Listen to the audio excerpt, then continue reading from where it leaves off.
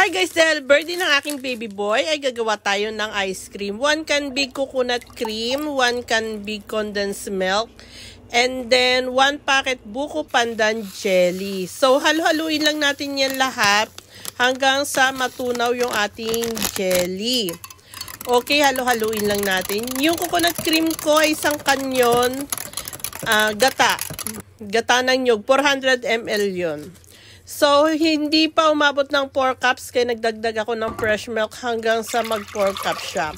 Isa lang sa apoy, tapos kapag kumulo na, ay salain, ganun lang, salain lang natin, tapos ilagay na natin dun sa ating hulmahan. Ang pagkakamali ko ay hindi ko nilagyan ng plastic yung hulmahan, pero masarap pa rin yan guys. And ilagay sa freezer ng magdamag. After magdamag ay hayan na ang ating jello ice cream. Lasang, parang lasa siya dun yung binibili sa kanto, yung dirty ice cream.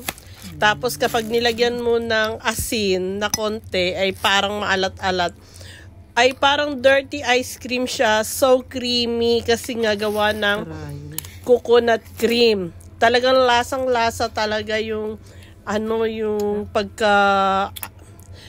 yung linamnam ng ating ice cream. Hayan, dahil siya ang birthday boy ay titikman na niya. At mukhang nag-i-enjoy siya.